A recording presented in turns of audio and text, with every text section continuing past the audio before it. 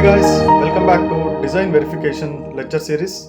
Here I am explaining a complete test bench to verify a full adder functionality. Let us start with the full adder design and let us keep it the test bench as simple as possible. So let this video helpful for the freshers or the beginners to start with the system Verilog Testbench. So first let me take you to the design module. You can see here this is the full adder design, which is a simple Verilog code for the full adder, which I have designed using gate level modeling. In the gate level, you can see we have a full adder with inputs A, B, C and outputs are sum and carry. So to implement a full adder, we require 3 input XOR gate and we require 3 AND gates and 1 OR gate that gives you the carry out or carry. In the Verilog code, you can see I have taken sum, carry, ABC. These are my ports of my DUT, where ABC are inputs, sum, carry are outputs. And you can see the XOR gate primitive I have used here. X1 is the instance name, sum is the output, ABC are the inputs. I can use 3 input XOR gate. Then we require 3 AND gates. So A1, A2, A3 are 3 AND gates. C1, C2, C3 are the corresponding outputs of those, and A and B or B and C or C and A is the functionality I am supposed to get. So C1, C2, C3 are not part of the ports here. These are the intermediate signals over here. These 3 corresponds to C1, C2 and C3. That's why I can declare that as a wire in Verilog. And then comes OR gate again with 3 inputs. OR O1 is the instance name I have used, carry is my output, C1, C2, C3 are the inputs for this OR gate to generate the carry. And this is my design code end with a end module. Let us come back to the test bench now. We need to write the system Verilog test bench, and system Verilog test bench will be having these components. We need to understand the system Verilog Testbench architecture first, and then let us move on to the code. First, at the top we will be having a testbench top. This contains all the testbench components and our DUT. And in the system Verilog we require an interface in between the testbench components and DUT to communicate the data, or what we call it as the transaction or the signals which is generating from the testbench. We need to communicate that to DUT. We are communicating through an interface. And the other modules you can see over here. This test bench top contains a test component. This is what the test bench start we can say. From here the test bench is going to be started. Within that there is a test environment. In the environment we have generator, driver, monitor and scoreboard. Generator, as the name says, it will generate the data which is required to test the DUT. The input signals what we are going to say are going to get the data which is generated by generator. And this generator gives the data to a driver. Driver, again as the name says, it will drive the generated data from generator to the DUT through an interface. Here you can see, by looking at the name of these blocks, you can understand what is the functionality of those. Generator generates the data, we call it as transaction, which is a bunch of data we can say. And using a mailbox concept here, we are going to transfer the data from generator to driver. In the generator, the transaction will be generated and we put it on the mailbox. That mailbox data will be taken by the driver. Driver will give that information to the DUT through an interface. And again, after the computation is done from the DUT, the data will come back to the monitor. As the name says, monitor will be monitoring the response of the DUT. And again, monitor put the data coming out of DUT into a mailbox. That mailbox will be containing those data and that will be captured by scoreboard. This is how the basic flow will be. Now by writing the code for the complete test bench for this full adder design, let us understand how actually the functionality will be in detail. Now let us jump on to the Testbench code. Start writing with the top module. So the top module is my testbench.sv file. I am giving the name of the module as testbench, and this testbench consists of test component, interface component, and DUT. So we need to have all these three instances within the testbench top. So I am using intf as the name, where interface.sv consisting of interface with the name intf, and the instance name or the handle I am giving it as intff. Similarly, for the test component, my test.sv is with the name test, and tst is the instance name I am using here, and we need to pass the type of interface we are using here. So intff is the handle of the interface I am passing, and then we need to write dut with respect to interface and the test bench. So in the test bench top, we are going to instantiate our dut, and the dut signals are going to be mapped to the interface signals. Why? Because through the interface only dut is communicating to test bench. That's why in the interface, if you look at, we have ABC sum and carry declarations as logic, and ABC sum carry of the dut are mapped to the interface signals like this. And then we have one initial block, this to generate the waveform file, that is dump.vcd. Then let us see the interface now. What interface is nothing but? Interface, you can see here in the diagram, is the communicator between the DUT and the test bench component. So whatever the DUT signals we have, all the signals we need to have in interface also. That's why with the logic keyword, I am declaring ABC sum and carry in the interface. And this interface is of type interface itself. We need to declare it as interface. And we need to have a clocking block and mod port here to avoid the racing condition and to get the direction of the signals with respect to the clock and all. But our design will not be having any clock, since this is a combinational circuit. That's why clocking block and mod port are not written over here. In the later stage, in the complex design or in the sequential circuit verification, let us write the clocking block and mod port, and let us see that in the other video. Now let us move on to the other classes over here: generator, driver, monitor, and scoreboard. And before going to the generator, we need to have a transaction class ready. If you have a packet, then only it will generate with different values. So the transaction class, if we see class transaction, the purpose of writing the transaction class is that to declare all the signals present in our DUT that will communicate with the interface, and we need to give this as a packet to the generator. So class transaction, ABC sum and carry we need to declare. Here we are declaring using bit data type, and ABC are the inputs. I want to get the inputs with different values. That's why I can use a rand keyword here. I need to declare ABC with rand, and sum and carry is the output generated by the DUT. We are not supposed to randomize those. That's why we are not declaring with respect to rand. ABC we are expecting to randomize in the generator. That's why we need to represent with rand keyword here. And other than these signals declaration here in the transaction, we can have a display function like this. This display function, I am passing a string name, and whenever the display function is going to be called from the other modules, and we need to pass the name of that class, it will display all the signals present in that particular class. That is the idea over here, why I am declaring a function with display. You can neglect this, no need to concentrate much on this. So next, let us move on to generator. Now the transaction class is there. This packet class containing ABC sum and carry. Now in the generator, what is the main functionality of the generator? Generator has to generate the transactions. Generator has to generate the different set of data. So for that, we need to have transaction and mailbox within the generator.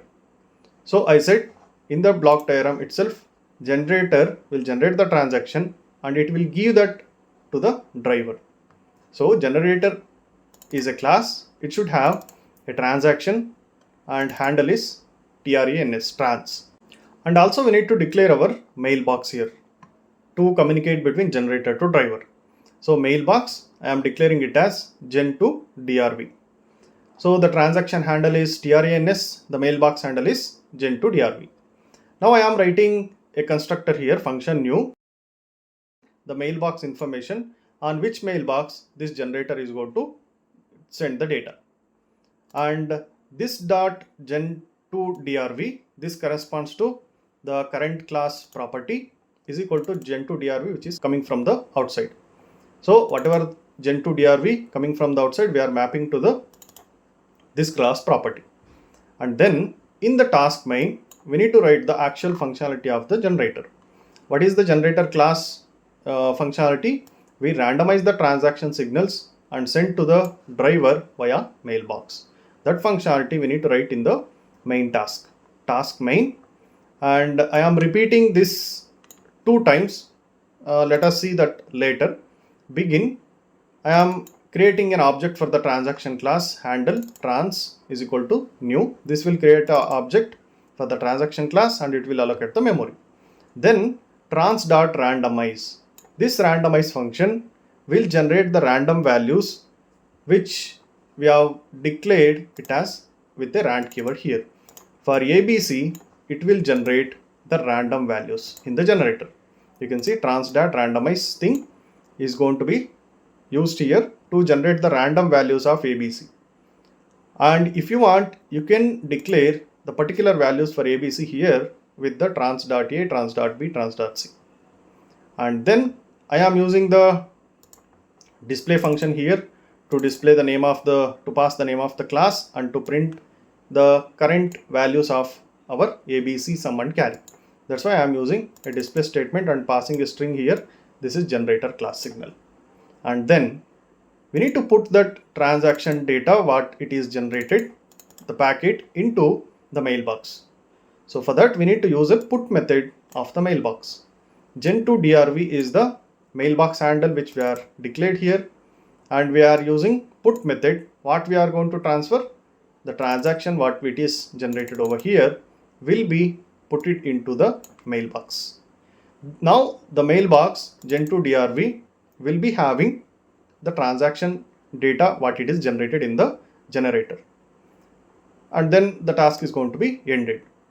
The repeat statement used here twice because I am going to generate such random transactions twice. The 2 such data I require. You can use many number of transactions as per your requirement. And then comes the driver. What is the functionality of the driver? In the diagram you can see the driver should get this transaction from where? From the generator. But it can't get directly from the generator. It should ask the mailbox to send. The mailbox will send the data to the packet to the driver, and then driver will pass that information to the interface to the DUT. Now let us see the code. Class driver. Here we need to have an interface. So we need to have an interface handle here. So INTF is name of the interface we have. VIF is the handle I am giving. The name of the interface declaration here it is INTF. So VIF is the name of the interface handle I am taking here. And why it is virtual? Because this interface is of type static component we say. And this driver, class driver, is a dynamic component. All the classes are dynamic components.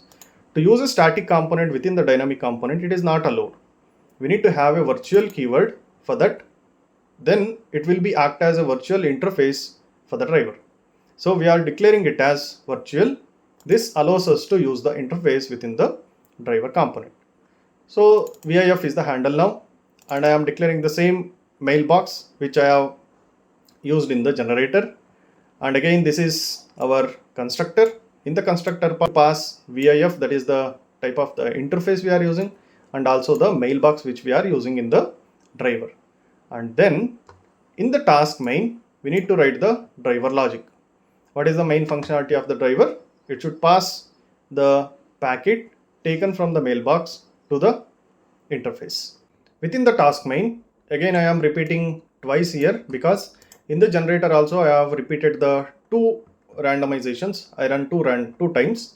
Similarly in the driver also I am using repeat 2. Why? Because those 2 randomized things I need to take from the mailbox.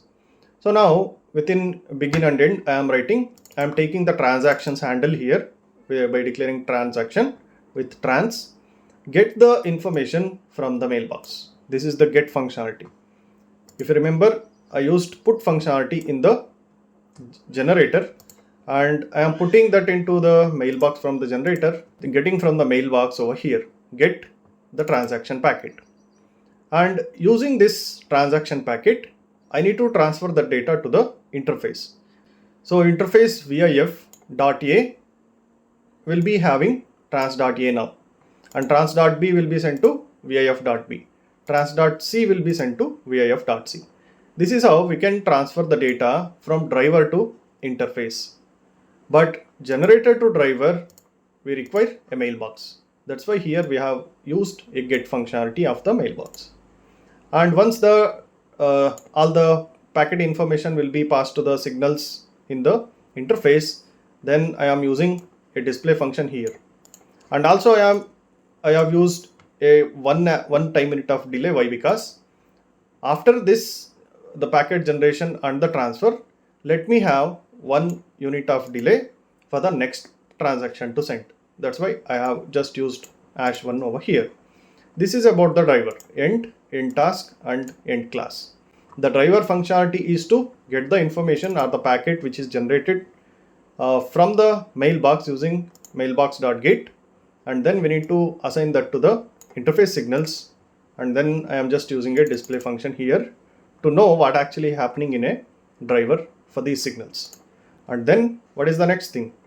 Driver need to send all the information to interface, and interface will send that to DUT, and DUT will do the functionality, whatever the functionality we have written, and it will give back that to the monitor. Now we need to see what monitor is doing. Monitor, class monitor. The monitor class also look like the driver now, but only the difference is that it will get the information from the DUT, but driver will give the information to the DUT. Here also we need to have an interface. Why? Because this monitor will communicate with the interface. Virtual interface here we have declared, and one more mailbox here it is required. Similarly, as we declared the mailbox in the generator and driver, monitor and scoreboard also has a mailbox in between. That's why MON2SCB is the mailbox name I am using here. And in the function new, again I need to pass the which interface I am using, and as well as the monitor to scoreboard. Let us see this function call in the top module. Usually this new will be called from the environment class. Let us see when we go to the environment. And then in the main function of the monitor, what we are supposed to do? Again, task main, I am repeating this twice, and I am using one more time unit of delay to sample the data which is coming from the interface. After this delay I am sampling. So to begin with, again we need to have a transaction handle, and I am calling the constructor of the transaction class, and then we need to sample the things which are coming from the interface to the monitor. And here the interface signals are VIF.A, VIF.B, VIF.C, VIF.sum, as well as VIF.carry. And we need to sample these like this, and we need to give that to the transaction handle. Trans.A, trans.b, trans.c, trans.sum, trans.carry, and now this becomes a packet again with trans handle. Now we need to put this all the transaction data into the mailbox. The mailbox which we have declared here is MON to SCB, mon to SCB, that is monitor to scoreboard dot. I am using a put method here again. This put method take the trans data what we have here as a packet into monitor to scoreboard mailbox. So we are using a mailbox put method. Then I am just displaying the monitor signals here. Now let us move on to scoreboard. In the scoreboard, we need to have this monitor to scoreboard mailbox again, and we need to get the data over there. So here comes the scoreboard. What is the functionality of the scoreboard?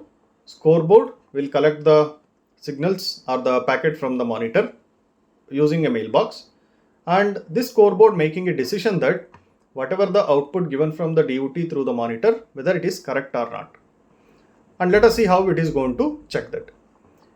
In the scoreboard again we require a mailbox. So I am declaring mon to SCB mailbox over here, and this is the constructor of this scoreboard class. It will be having a mailbox, and then comes the main task. In the main task, the thing is that here we need to have a reference model or a golden DUT, we can say, that will generate the outputs. These outputs we need to compare with the transaction packet which come from the mailbox. So in the task main, first let me take the handle of the transaction, declare transaction as trans, and here I am repeating this, we can put it as 2. So why? Because 2 packets we are generating and sending.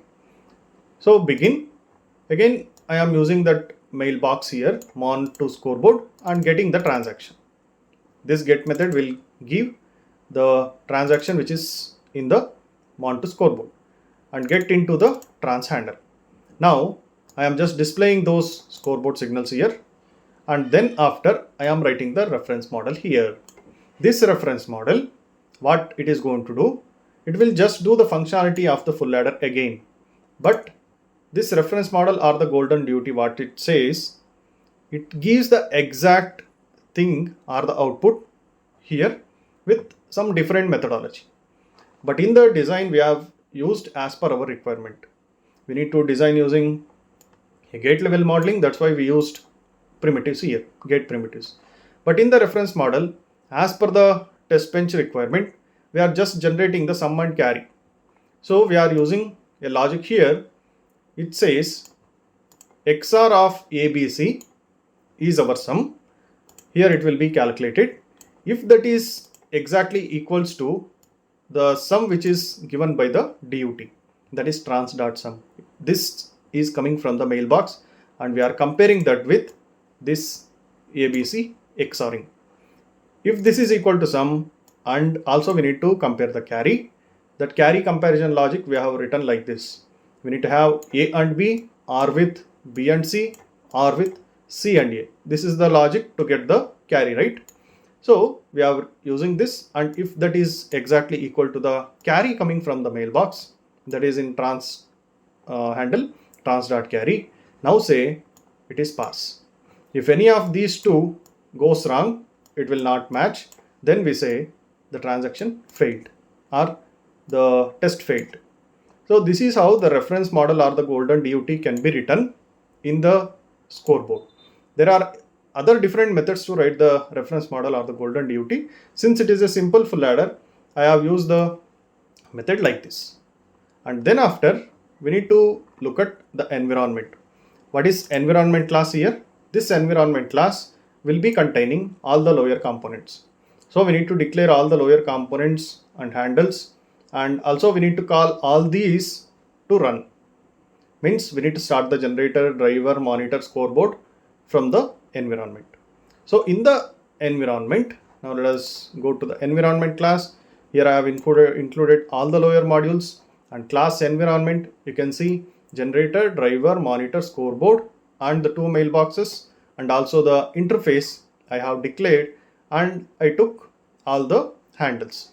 The handles are assigned as gen drv mon scb, gen to drv mon to scb, and VIF. Again here it is a virtual interface. So now this is the constructor of our environment class, and this VIF corresponds to VIF with respect to the virtual interface. And here we are calling all the new methods, which the constructors we are calling from here.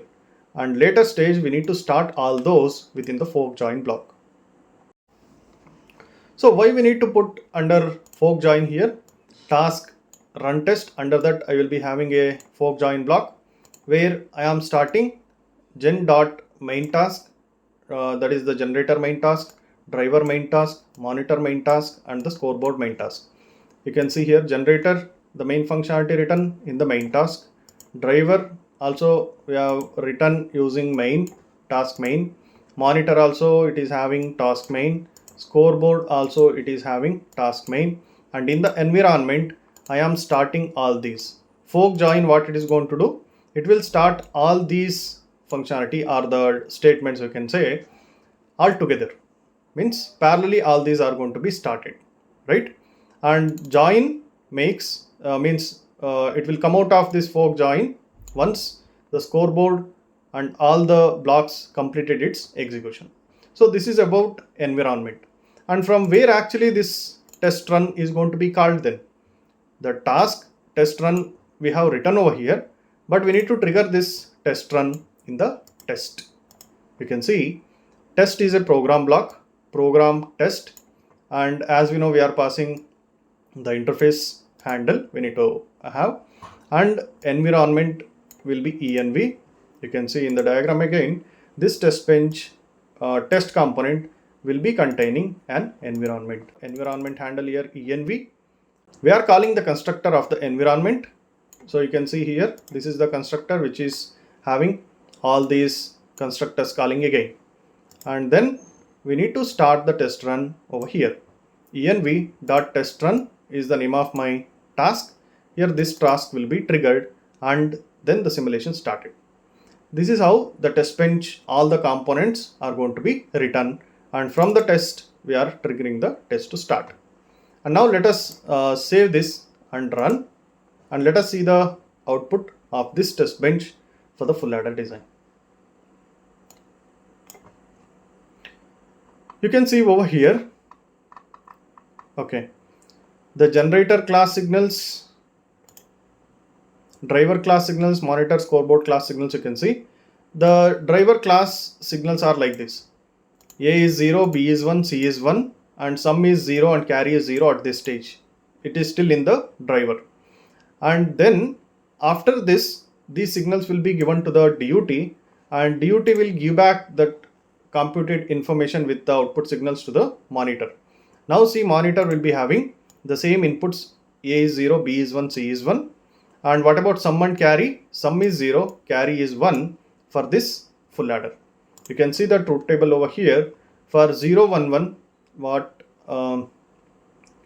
we are supposed to expect? Sum is 0, carry is 1. We are getting that from the monitor. And scoreboard will compare this sum 0, carry 1 with its own logic. So for 0, 1, 1, sum 0, carry 1, that says the test is passing. Similarly, the next transaction signals are A is 1, B is 0, C is 0. For A1, B0, C0, what should be the output here? 1, 0. You can see in the driver stage, sum, carry are not generated. Monitor will be having the outputs: sum is 1, carry is 0. Similarly, the scoreboard will be having 1 and 0, and it says test is pass. For 1, 0, 0, we have sum is 1 and carry is 0. This is how we can generate the different set of values from the generator. Here I have used only repeat 2. So it is generated 2 random transactions, and it will go to the DUT and it will come back till the scoreboard, and scoreboard makes the decision whether it is pass or fail. This is about a simple design which we have tested or verified using this test bench, system Verilog Testbench. In the same way, we can also write the test bench using UVM. That UVM test bench for the D flip-flop is already posted in the YouTube channel. You can refer that and learn UVM concepts also. This is very much important for the design verification role. Any beginner or the fresher can start learning these concepts like this. Then it will be easy to move on to the complex designs. Thank you.